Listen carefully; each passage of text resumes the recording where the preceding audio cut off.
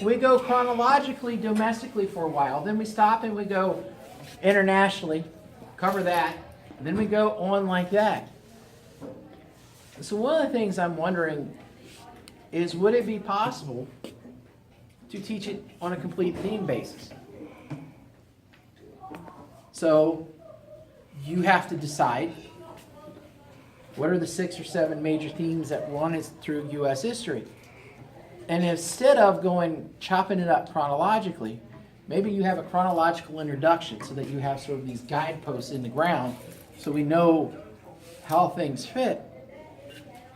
But should I take African American history as a theme and start it with the arrival of the first African Americans in what becomes the United States, and run African American history as a theme all the way over till, I don't know, wherever we're going to cut off history.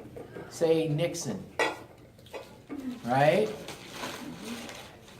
And then if I'm doing that on that stream, I think it makes it easier to allow us to talk about things from a human standpoint, and we're rolling through it. But then when you're done with African American history, maybe you're picking up the theme of military history. Now we're running that from colonial times up through 1974. Which means that we're going back over again and back over again and back over again these main mileposts.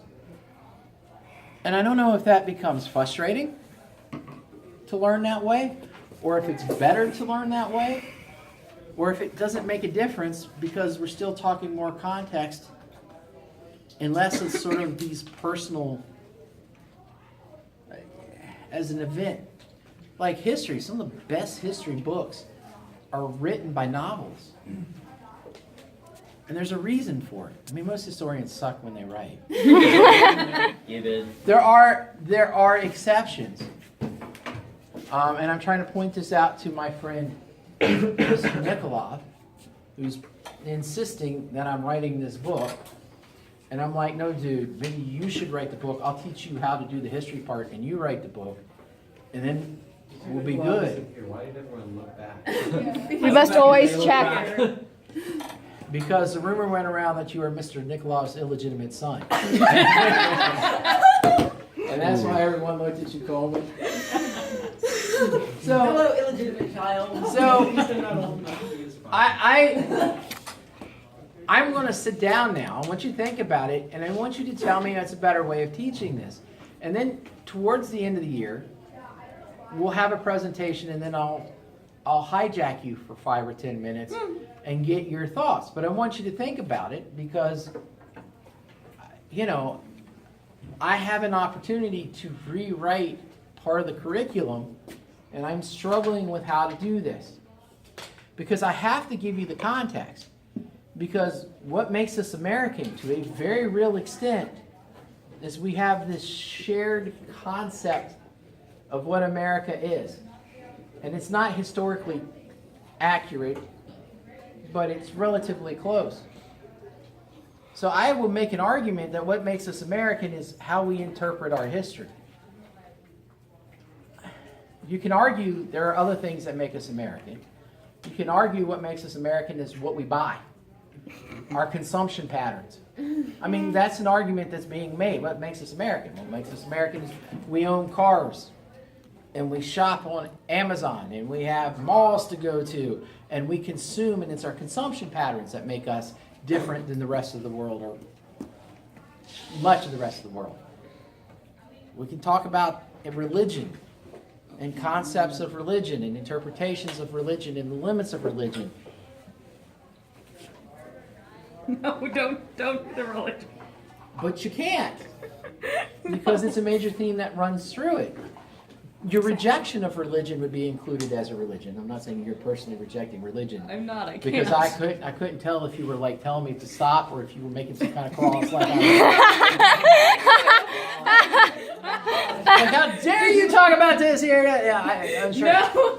So I'm going to sit down now. Anybody want to volunteer their thoughts, concepts, ideas? Please. I liked your idea of the whole going from like the themes, Why?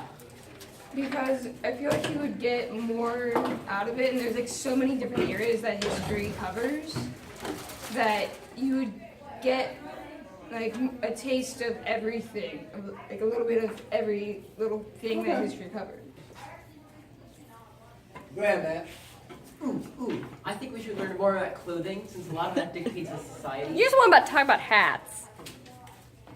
Look, and its uniforms Don't drive us dictate off style, topic, and please. so as the people in America And the can of- before the Revolution began cutting their coats higher, their jackets and waistcoats higher, to account for the fact that it was much more humid here than it was in Europe at the time, the American fashion changed, and so the waistcoats and jackets became much shorter, which eventually led to the whole 19th century thing of having your coat cut to here and having really long trousers that go up to here.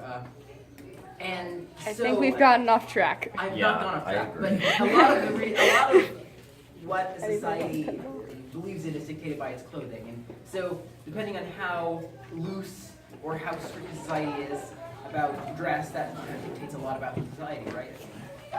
Well, see, here's what I'm wondering. Is if history is going to evolve into more technical history like this. We can go back, we've seen it before in history. One of my favorite authors is a guy named Vincent Lawson. Vincent Lawson, I have some of his letters, originals. I have original print of his. Lawson was well educated, but he's coming up at the same time as Jared Sparks. So there wasn't a historical education, it was a classical education. Vincent Lawson was actually an artist. And so Lawson wrote a little book about the history of the Hudson River Valley where he lived. And he put in illustrations that he drew. And people looked at it and said, oh, that's pretty good. And a publisher approached him and says, why don't you write a history of the American Revolution? One of the highest grossing selling books in the American history is Vincent Lawson's A Field Book of the American Revolution.